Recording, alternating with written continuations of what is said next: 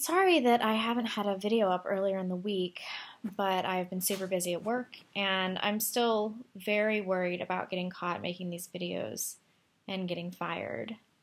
But I've been thinking about it a lot, and no matter what kind of jobs we hold, we shouldn't be worried that we'll be stripped of our livelihood for having certain viewpoints, especially if they're substantiated. And I'm really sick of worrying about it, but I have decided to continue doing this. So today I want to talk about how the real losers from second and third wave feminism are women. I often criticize feminism to women and gauge their reactions, and too many times to count I have heard, "You aren't a feminist? You don't want equality for men and women? What is wrong with you? Feminism gave you everything that you have." First of all, feminism didn't give me everything that I have. The patriarchy did that. The patriarchy is the reason that I have a tiny computer in my pocket that contains all of the information on Earth. It's the reason that I won't die from consumption.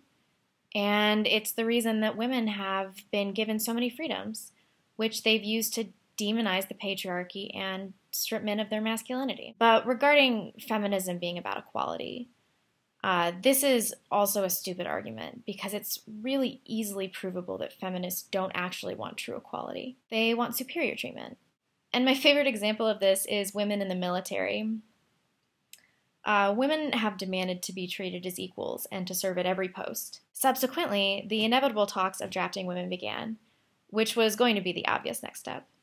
And feminists reacted totally predictably to this and freaked out, shit their pants, thereby exposing so perfectly this myth of feminist equality. Women are largely liabilities in military service.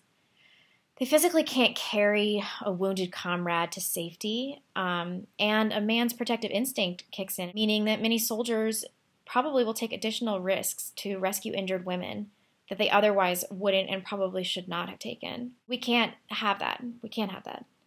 Soldiers need to be focused, and compensating for women's physical weakness and emotional nature will only distract men and certainly weaken our armed forces. Feminist rejection of this draft proposition should force them to admit a few things.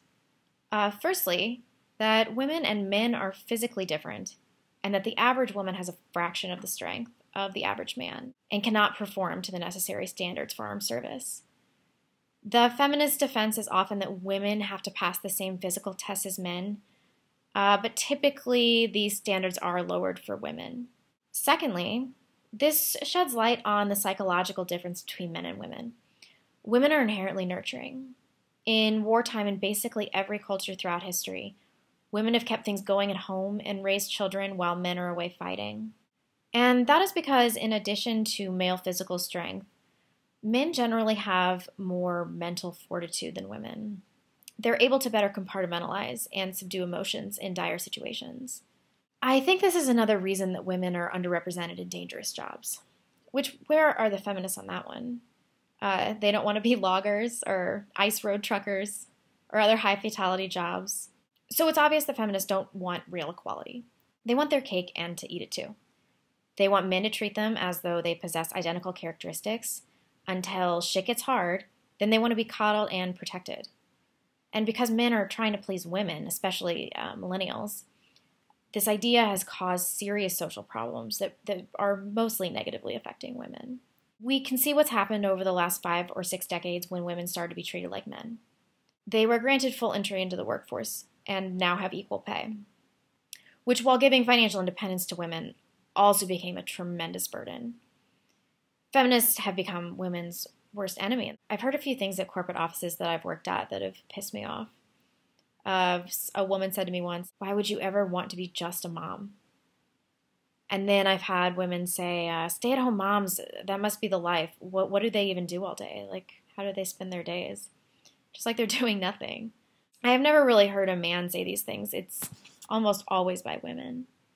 So women have created a social environment that demands to be viewed as a success on any level in society. That they spend their most formative years doing a job that ultimately doesn't matter. And women that choose to have children in their early 20s are largely viewed as white trash or dumb or incapable in the workforce. I've yet to see a single one of my friends or colleagues have kids in their 20s, and be applauded for it. It's always, they're too young, they made a big mistake, they should have had fun while they still could. The corporate women that do have children usually stay in their careers and shamelessly have complete strangers raising their children and instilling who knows what values in them. But they're successful from a social perspective, despite shirking their most valuable and most sacred duty of motherhood, which is more important than any job they'll ever do. So what we're seeing is a group of women in their late 30s and 40s that are freaking out because they realize their careers are worthless. They've squandered their childbearing years because society didn't allow them to consider motherhood as a real option.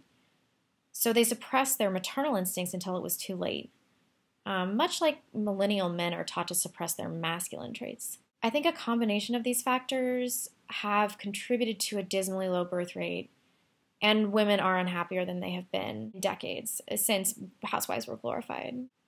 Because of sexual liberation, men no longer have an incentive to marry. It used to be that the best way to get laid with consistent frequency was to get married. But, now why would they really bother? They can have sex whenever they want without commitment. And if they get married, there's a high likelihood that it'll end in divorce. And over 70% of which are initiated by women. Also, custody and division of assets greatly favor women. Another reason I think the birth rate is low is that feminism has taught women that men are predatory and perverted, and that liking thin and fertile women is a product of their misogyny. As a result, feminism draws kind of an uglier crowd, and the hotter ones tend to let themselves go earlier than non-feminist chicks, because they think that it is sexist for men to want attractive women. Just look at all the fat acceptance campaigning going on. Because these chicks are fat, they're going to single-handedly redefine beauty standards to meet their needs. Men are the losers in this one too, but the burden to own this ugliness definitely falls on the women. Once again, thank you, feminism.